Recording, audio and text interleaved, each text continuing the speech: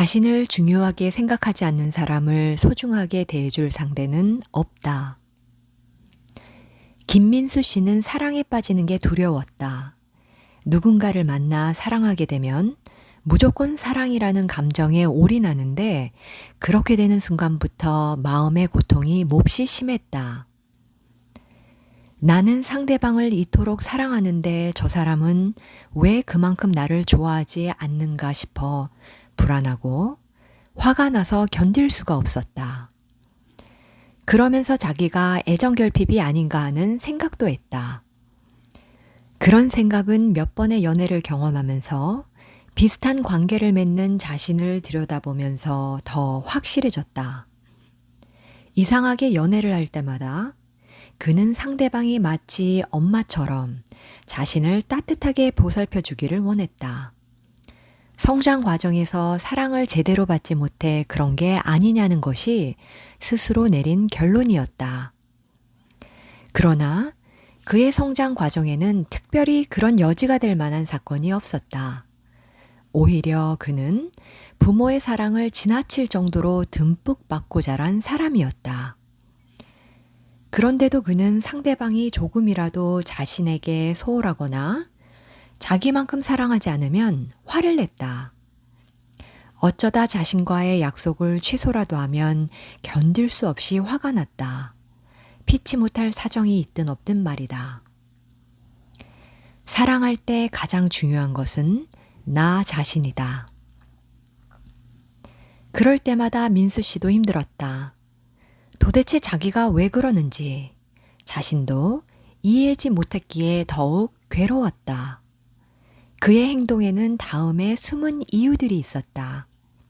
첫째, 성장 과정에서 사랑을 많이 받고 자란 사람은 은연중에 자기가 만나는 모든 사람이 자기에게 특별한 관심을 보여주기를 원한다. 그런 기대치가 충족되지 않으면 화를 내게 된다. 둘째, 급한 성격도 원인이다. 성격이 급한 사람, 즉 참는 힘이 부족한 사람은 사랑도 속전속결로 진행되기를 원한다. 그래서 상대방이 조금 미적지근해 보여도 견디지 못한다. 셋째, 원래 남을 잘 믿지 못하는 사람은 쉽게 상대방의 마음을 의심한다. 물론 그 원인은 열등감이다. 자신에 대한 기대치가 높을수록 기대치에 미치지 못하는 자기 자신에게 열등감을 느끼게 마련이다. 넷째, 상대방을 자기 손에서 좌지우지하고 싶은 무의식적인 조종심리 때문이다. 상대방이 마치 인형처럼 오라면 오고 가라면 가야 하는데 상대방이 마음처럼 움직여주지 않으니 화가 난다. 다섯째, 지금 자신이 처한 상황이 외롭거나 스트레스가 많아서 힘들기 때문이다. 배고플 때 음식에 집착하고 목마를 때 더 갈증을 느끼는 것처럼 사랑하는 사람에게 더욱 집착하게 된다. 민수 씨는 자신의 알 수 없는 행동의 이유로 이 5가지가 다 맞는 것 같다고 동의했다. 어떻게 하면 그런 감정에서 벗어날 수 있을지 알고 싶어 했다. 그에게 나는 다음의 방법들을 알려주었다. 첫째, 상대방도 나처럼 인격이 있는 사람이라는 사실을 생각하라고 했다. 내가 아침에 일어나기 싫을 때가 있듯이 상대방도 피곤해서 나와의 약속 대신에 혼자 뒹굴고 싶을 때가 있다.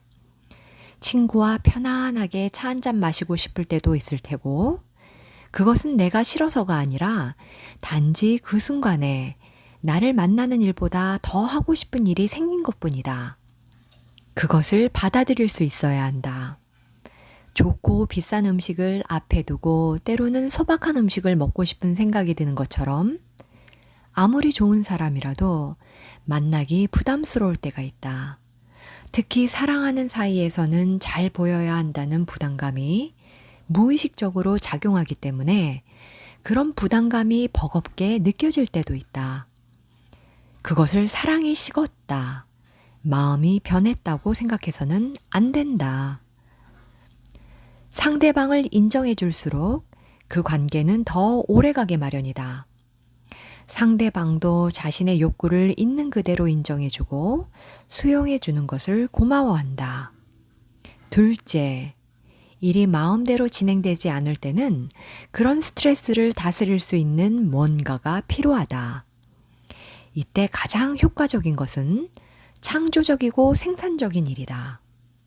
악기를 배운다든지, 꽃을 심는다든지, 동물을 키워본다든지, 흙으로 뭔가를 만들어 본다든지 하는 창조적인 활동에 몰입해 본다. 기분이 가라앉을 때 마음 먹고 집안을 청소하거나 서랍을 정리하면 언제 그랬냐 싶게 기분이 좋아지는 경험을 한 번쯤 해봤을 것이다. 재미있는 탐정소설을 읽든지, 춤을 신나게 추어보든지, 아무튼 스트레스에서 마음을 탈출시킬 수 있는 뭔가가 꼭 필요하다.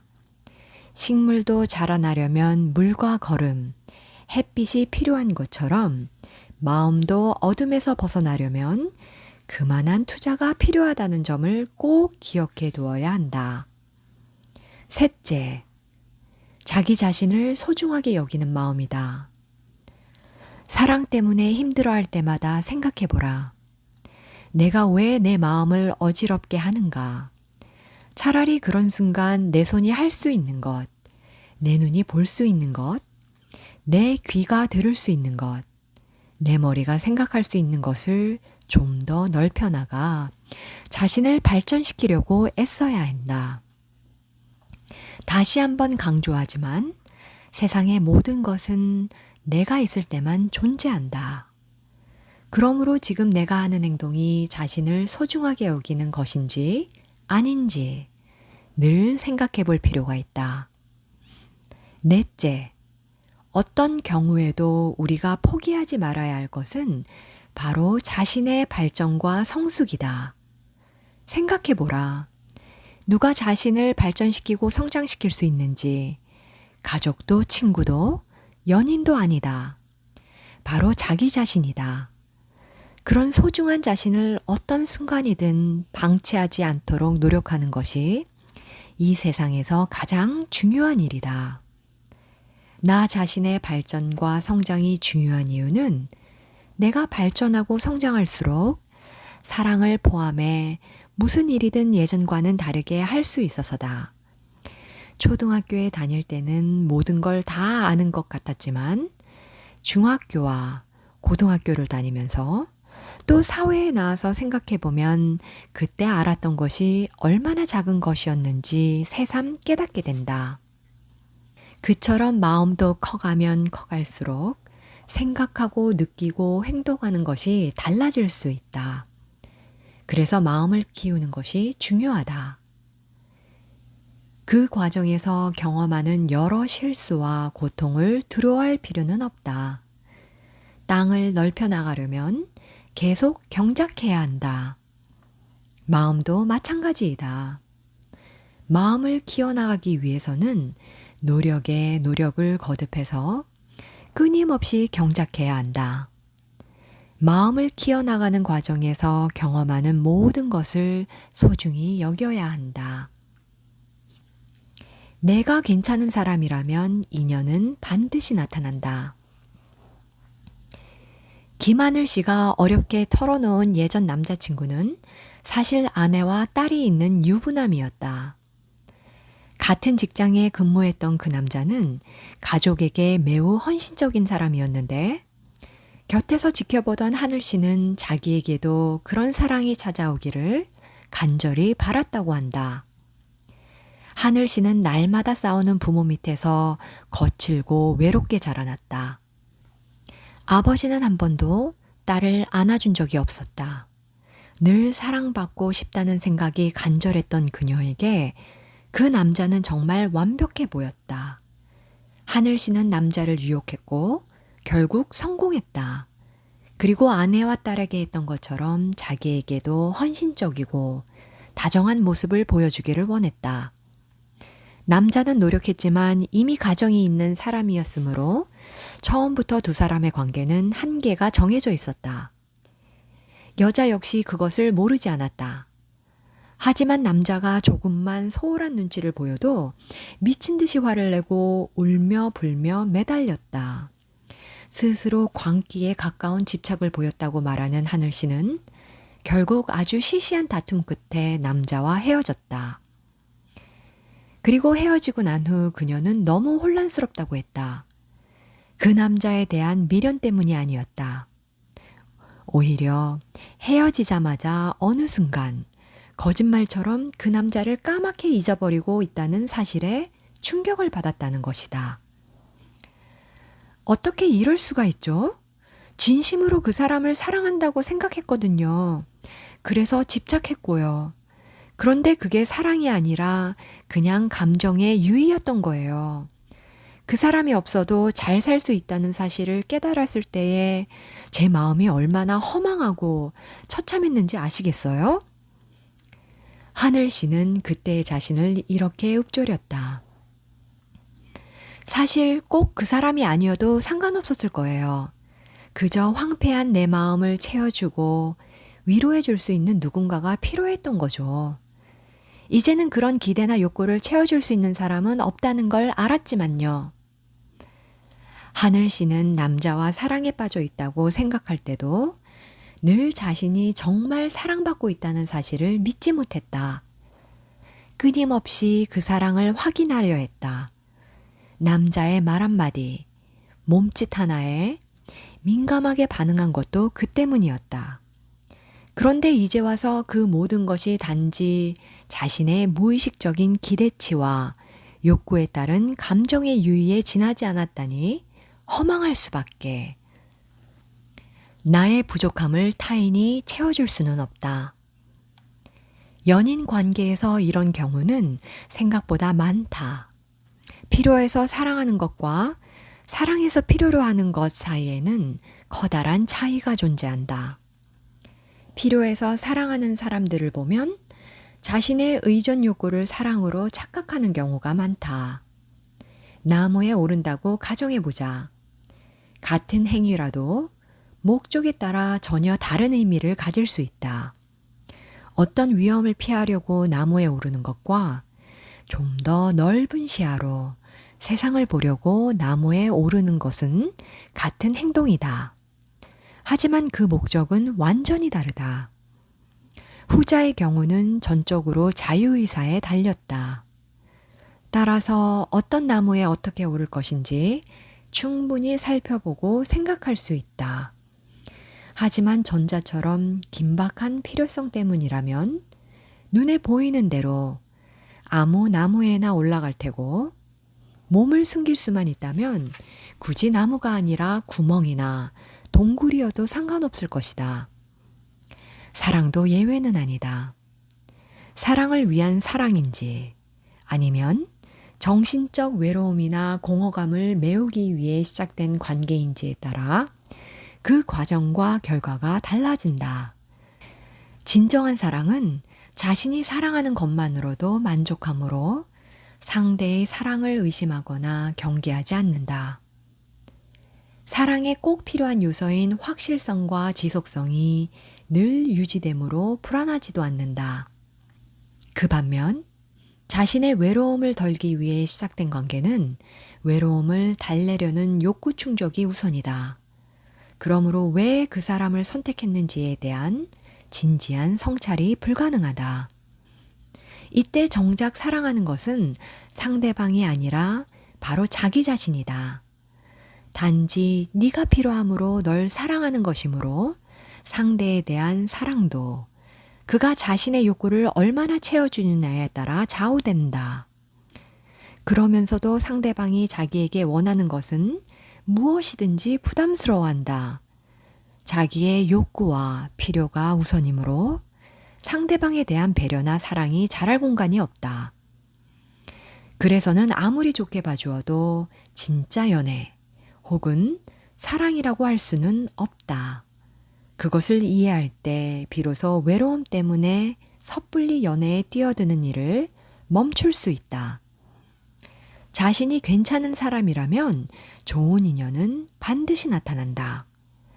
외롭다고 타인에게 의존하지 말고 자신이 내면에서 내는 소리에 귀 기울여야 한다. 자신의 마음이 무엇을 원하는지 먼저 파악하고 이를 충족하기 위해 노력하려는 자세를 가져야 한다. 무엇보다 감정에 유의해서 나를 지키는 법을 배워야 한다. 나 자신을 지킬 줄 아는 사람이라면 분명 자신의 사랑도 지킬 수 있다. 헤어진 그 사람을 다시 만나는 이유. 사귀던 사람과 헤어졌어요. 하지만 아무래도 포기가 안 되는군요. 더 좋은 사람을 만날 자신도 없고 그와 함께 했던 모든 시간이 그리워요. 헤어져서 이렇게 괴로울 바에는 차라리 다시 시작하자고 하면 안 될까요? 요즘 드라마에도 온라인의 연애 상담 사이트에도 헤어진 연인 또는 부부가 다시 재회하는 게 하나의 트렌드처럼 되어가고 있다고 한다. 문제는 다시 만난 사람들이 잘 될 수 있는 확률이 그리 높지 않다는 데 있다. 헤어졌는데 다시 만나는 사람들의 심리는 어떤 것일까? 그리고 그들이 품고 있는 환상은 무엇일까? 그에 대한 궁금증과 주의점을 살펴보려고 한다. 손실 혐오의 법칙. 헤어진 연인 또는 부부가 다시 재결합을 하는 데는 여러 이유가 있다. 그 중에는 투자에서 말하는 손실 혐오의 법칙이 들어있는 것은 분명하다. 많은 사람들이 순전히 감정적으로 제때 팔아야 할 주식을 팔지 않고 오래 갖고 있다고 한다. 그것을 계속 갖고 있으면 큰 손해를 본다는 것은 알지만 그런 사실 자체를 인정하고 쉽지 않은 심리가 원인이다. 그것이 투자에서 말하는 손실 혐오의 법칙이다. 그런데 사실은 그런 동기와 법칙이 좀 더 많이, 좀 더 깊게, 좀 더 오랫동안 적용되는 영역이 바로 남녀관계 또는 결혼 생활이다. 많은 커플이 이 손실 혐오의 법칙 때문에 질이 멸렬한 관계에서 빠져나오지 못한다. 실제로 임상에서 만나는 커플들 가운데 그런 딜레마를 갖고 있지 않은 사람들은 거의 없을 정도다. 그런데도 마침내 헤어졌다면 그만큼 사정이 심각하다는 의미다. 만약 그런 커플들이 재결합을 원한다면 역시 손실 혐오의 법칙에서 벗어나지 못했기 때문이라고 봐야 한다. 이제까지 여러 가지 일을 겪으면서 연애를 지속해 왔는데 함께 보낸 시간들이 아까운 것이다. 이때 상대가 조금이라도 달라지는 모습을 보여주면 다시 만나야겠다는 결심은 굳어질 수밖에 없다. 두 번째는 익숙함과 두려움이 원인이다. 누구나 새로운 사람을 만나 새로운 관계를 만들어 나가는 것을 불안해하고 두려워한다. 그 사람이 나를 마음에 들어 하지 않을 수도 있고 사랑받지 못할 수도 있다. 그런 두려움이 싫어서 결국 익숙한 그 사람을 찾게 된다. 과거에 헤어진 사람은 성격이 나쁘고 나와 안 맞는 면도 있었지만 연애하는 동안은 나를 사랑해 주었다. 무엇보다 내게는 익숙한 사람이다. 이러한 사실이 그 사람과 헤어진 동기보다 강할 때 우리는 재회를 꿈꾼다. 세 번째는 역시 낮은 자존감이 원인이다. 자존감이 낮은 사람은 자신을 사랑하는 법을 모른다. 타인이 나를 사랑해주고 나를 위해 뭔가를 해주는 것에서 삶의 의미를 찾는다. 그 타인이 새로운 사람보다 나를 속속들이 알고 추억도 있는 사람일 때 그가 보여주었던 사랑의 일면을 전부인 양 증폭시키기 쉽다. 어찌 보면 당사자에게는 그 사랑이 그리워지는 것이 그리 이상한 일이 아니다. 술을 마시고 옛 연인에게 전화하는 심리 역시 잘해보려는 것과는 별 상관이 없다. 단순한 미련 혹은 내 옆에 익숙한 누군가가 여전히 있다는 안도감을 느끼고 싶어서 나온 행동일 뿐이니까. 내가 그리워서가 아니라 술 마신 김에 감상적이 되어서 그나마 제일 가까웠던 사람에게 이해받고 있다는 안심을 하기 위해서 전화를 했을 확률이 높다. 이것이 고착되면 습관이 될 가능성 또한 매우 크다. 다른 사람과 헤어져도 똑같은 행동을 하리라는 이야기이다. 아무튼 헤어진 뒤에 술 마시고 전화하는 타입은 이기적이라고 생각하는 것이 좋다. 자신의 싸구려 감상만 생각하고 상대가 받을 마음의 상처는 생각하지 않는 행동이니까. 상대를 아끼고 생각해서 전화하는 경우는 거의 없다. 진정 상대를 다시 만나고 싶다면 당연히 맨정신에 연락할 것이다.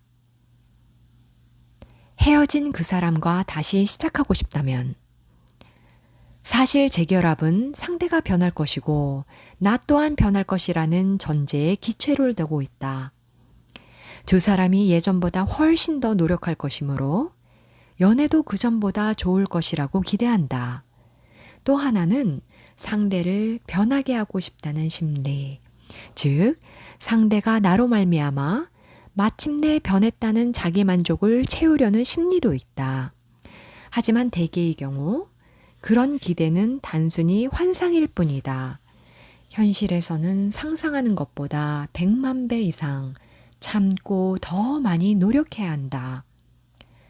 사람은 스스로 변하겠다고 마음먹고 행동하지 않는 이상 다른 사람 때문에 바뀌는 존재가 아니다. 헤어졌던 그 사람과 다시 시작하고 싶다면 상대에 대한 기대를 완전히 버리고 제로에서 출발해야 한다. 그는 어쩌면 예전과 조금도 다르지 않게 행동할지도 모른다. 그래도 함께하고 싶다면 참아야 한다. 하지만 굳이 그럴 필요가 있을까? 나를 제대로 대해주는, 나의 가치를 알아봐주는 새로운 사람이 나타날 수도 있는데 말이다. 인정받고 싶은 남자, 사랑받고 싶은 여자. 이현섭 씨는 자타가 인정하는 완벽주의자다. 프로젝트를 맡으면 며칠 밤을 새워서 사전조사를 하고 하나에서 10까지 일의 순서를 정해 촘촘한 리스트를 만든다. 어떤 일이든 한치의 오차도 없이 실행해 나가는 성격이다. 인간관계에서도 최선을 다한다. 지인들의 생일이나 기념일을 리스트로 만들어 전화할 사람, 선물을 보내야 할 사람, 직접 만나야 할 사람을 정리하고 관리한다. 그런 현섭 씨가 연애를 시작했다. 연애 역시 완벽하게 하고 싶었던 그는 데이트 스케줄을 짜고 데이트 장소에 대한 사전 정보를 완벽하게 숙지했다. 심한 경우 미리 답사까지 다녀오기도 했다. 어디서 뭘 먹을지 고민할 필요도 없는 완벽한 데이트를 준비할 뿐 아니라 기념일에는 항상 멋진 이벤트와 선물로 여자친구를 감동시켰다. 털털한 성격의 여자친구는 그런 현섭 씨를 매우 좋아했다. 문제는 현섭 씨가 여자친구 역시 완벽해지기를 바라면서 시작되었다. 자신이 완벽한 연애를 위해 이렇게 노력하고 있으니 여자친구도 그만큼 해주기를 바란 것이다. 하지만 여자친구는 현섭 씨만큼 꼼꼼한 성격이 아니었다. 현섭 씨라면 마땅히 준비했을 만한 것을 잘 챙기지도 않았고 설령 여자친구가 챙긴다 해도 현섭 씨의 마음에 흡족하지 않았다. 자기는 최선을 다하는데 여자친구는 그렇지 않다는 생각에 어느 때부터인가 화가 나기 시작했다. 나아가 여자친구가 생각보다 똑똑하지 않은 사람일 수도 있다는 생각에 실망했다. 완벽한 그에게 없는 딱 한 가지. 여자친구 역시 지쳐가고 있었다. 그녀가 조금이라도 소홀하거나 준비가 부족하면 현섭 씨는 화부터 냈다. 데이트를 할 때도 뜻밖의 일로 스케줄에 차질이 생기면 짜증을 내고 그녀를 비난했다. 처음에는 완벽한 줄 알았던 남자친구가 어쩌면 소심하고 융통성 없는 강박증 환자일지도 모른다는 의심이 들었다. 그녀는 결국 현섭 씨에게 이별을 통보하고 연락을 끊어버렸다. 현섭 씨는 자신의 표현대로 거의 꼭지가 돌 지경이 됐다. 하지만 그는 여자친구가 떠나서 괴로운 게 아니었다. 자신의 계획대로 이별하지 못해서 괴로웠던 것이다. 결국 그는 여자친구에게 무작정 전화를 걸고 문자를 보냈다. 연락이 닿지 않자 집으로 찾아가기도 했다. 그녀가 스토커를 신고하겠다고 협박해도 개의치 않고 결국은 딱 한 번만 더 만나겠다는 약속을 받아냈다. 그래서 어떻게 되었을까? 현섭 씨는 이별마저 그 다음 방식으로 했다. 호텔 레스토랑을 예약해 근사한 저녁 식사를 하고 미리 준비한 이별의 말과 선물을 건네고 여자를 집까지 데려다 주었다. 그렇게 자신이 정한 스케줄을 완벽하게 소화해냈다. 멋지게 돌아서는 현섭 씨의 뒷모습을 보며 여자는 완전히 질려버리고 말았다. 현섭 씨는 누군가에게 인정받거나 사랑받고 싶은 무의식적인 욕구가 많은 사람이었다. 그래서 조금이라도 실수를 했다고 느끼거나 자기가 한 일을 상대가 알아주지 않으면 견디지 못했다. 현섭 씨의 완벽주의에는 난 언제나 옳고 반듯한 사람이라는 혹은 그런 사람이 되어야 한다는 전제가 깔려 있었다.